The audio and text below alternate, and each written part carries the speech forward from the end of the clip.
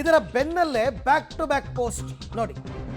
ಏನು D K brothers ಇಂದ ಪ್ರಾರ್ಥನೆ ಪ್ರಯತ್ನ ಈಕ್ವಲ್ಸ್ ಯಶಸ್ಸು, ಯಶಸ್ಸಿನ ಮೊದಲ ಹೆಜ್ಜೆಯೇ ಪ್ರಯತ್ನ ಅಂತ ಡಿ ಕೆ ಸುರೇಶ್ ಹಾಕ್ಕೊಂಡಿದ್ದಾರೆ. ಸತತ ಪ್ರಯತ್ನದ ಫಲವೇ ಯಶಸ್ಸು. ಡಿ ಕೆ ಶಿ ಬೆನ್ನಲ್ಲೇ ಸಹೋದರ ಡಿ ಕೆ ಸುರೇಶ್ ಪೋಸ್ಟ್ ಅನ್ನು ಮಾಡ್ಕೊಂಡಿದ್ದಾರೆ. ರಾಹುಲ್ ಗಾಂಧಿ ಭೇಟಿ ಬಳಿಕ ಇಬ್ಬರೂ ಹಾಕಿರೋ ಪೋಸ್ಟ್ ನೋಡಿ, ಇಬ್ಬರದು ಪಾಸಿಟಿವ್ ವೈಬ್ಸೇ. ಪ್ರಾರ್ಥನೆ ಯಾವತ್ತೂ ಕೂಡ ವೇಸ್ಟ್ ಆಗಲ್ಲ ಅಂತಕ್ಕಂಥದ್ದು. ಪ್ರಯತ್ನ ವಿಫಲವಾಗ್ಬೋದು, ಪ್ರಾರ್ಥನೆ ವಿಫಲವಾಗಲ್ಲ ಅಂತ ಡಿ ಸಿ ಎಂ ಹಾಕ್ಕೊಂಡಿದ್ರೆ, ಅವರ ಸಹೋದರ ಹಾಕಿರೋದು ಪ್ರಾರ್ಥನೆ ಪ್ಲಸ್ ಪ್ರಯತ್ನ ಈಕ್ವಲ್ಸ್ ಯಶಸ್ಸು. ಅಂದರೆ ಯಶಸ್ಸಿನತ್ತ ಸಾಗುತ್ತಿದ್ದೇವೆ ಅನ್ನೋದರ ಹಿಂಟ. ಪ್ರಯತ್ನ ವಿಫಲ ಆದರೂ ಪ್ರಾರ್ಥನೆ ವಿಫಲ ಆಗಲ್ಲ, ಸಕ್ಸಸ್ ಆಗುತ್ತೆ ಅನ್ನುವ ಲೆಕ್ಕಾಚಾರ. ಈ ಬಗ್ಗೆ ಮತ್ತಷ್ಟು ಮಾಹಿತಿ ನನ್ನ ಕೊಲೀಗ್ ರವೀಶ್ ಅವರಿಂದ ಪಡ್ಕೊಳ್ಳೋಣ. ರವೀಶ್, ಡಿ ಕೆ ಬ್ರದರ್ಸ್ ಅವರ ಬ್ಯಾಕ್ ಟು ಬ್ಯಾಕ್ ಪೋಸ್ಟ್ ಒಂಥರ ಪಾಸಿಟಿವ್ ವೈಬ್ಸನ್ನು ತೋರಿಸ್ತಾ ಇದೆ, ಖುಷಿಯಿಂದ ಹಾಕಿರ್ತಕ್ಕಂಥ ಪೋಸ್ಟ್. ಹಾಗಾದರೆ ನಿನ್ನೆ ರಾಹುಲ್ ಗಾಂಧಿ ಅವ್ರನ್ನ ಭೇಟಿಯಾದಾಗ ಏನು ಸಿಗ್ನಲ್ ಸಿಕ್ಕಿರ್ಬೋದು ಡಿ ಕೆ ಶಿವಕುಮಾರ್ ಅವರಿಗೆ ಅಂತ?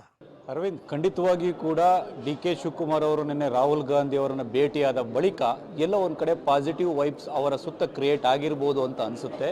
ಆ ಕಾರಣಗಳಿಗೋಸ್ಕರವಾಗಿ ಇವತ್ತು ಬೆಳಿಗ್ಗೆಯಿಂದನೂ ಕೂಡ ಡಿ ಕೆ ಶಿವಕುಮಾರ್ ಅವರ ಆಪ್ತರೆನಿಸ್ಕೊಂಡಂಥವರೆಲ್ಲರೂ ಕೂಡ ಒಂದು ರೀತಿಯಲ್ಲಿ ಪಾಸಿಟಿವ್ ಆಗಿ ಮಾತನಾಡೋದಕ್ಕೆ ಮತ್ತು ಪೋಸ್ಟ್ ಹಾಕೋದಕ್ಕೆ ಶುರು ಮಾಡಿದ್ದಾರೆ.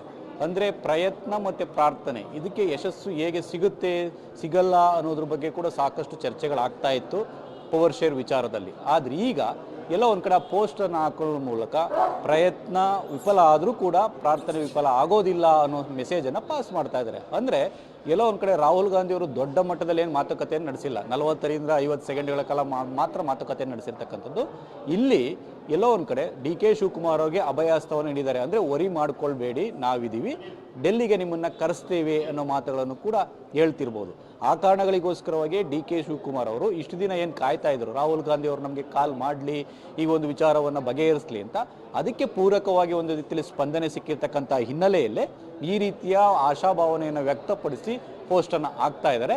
ಹಾಗಾಗಿ ಇದು ಸಂಕ್ರಾಂತಿ ನಂತರವೇ ಆಗುತ್ತೋ ಅಥವಾ ಎಲ್ಲೋ ಒಂದು ಕಡೆ ಇನ್ನೊಂದು 2 ತಿಂಗಳ ಕಾಲ ಒಂದು ರೀತಿಯಲ್ಲಿ ಡಿಲೇ ಮಾಡ್ತಾರೋ, ಈಗ ಸಂಕ್ರಾಂತಿ ಆದ ಬಳಿಕ ಅವರನ್ನು ಕರೆಸಿ ಈ ಒಂದು ಒಪ್ಪಂದವನ್ನು ಫಿಕ್ಸ್ ಮಾಡಿ ತದನಂತರ ಮಾರ್ಚ್ ಏಪ್ರಿಲ್ ಮೊದಲ ವಾರದಲ್ಲಿ ಏನಾದರೂ ಅಧಿಕಾರ ಹಸ್ತಾಂತರಕ್ಕೆ ಮುನ್ನುಡಿ ಬರೀತಾರನ್ನು ಕೂಡ ಕಾದು ನೋಡಬೇಕಾಗತ್ತೆ.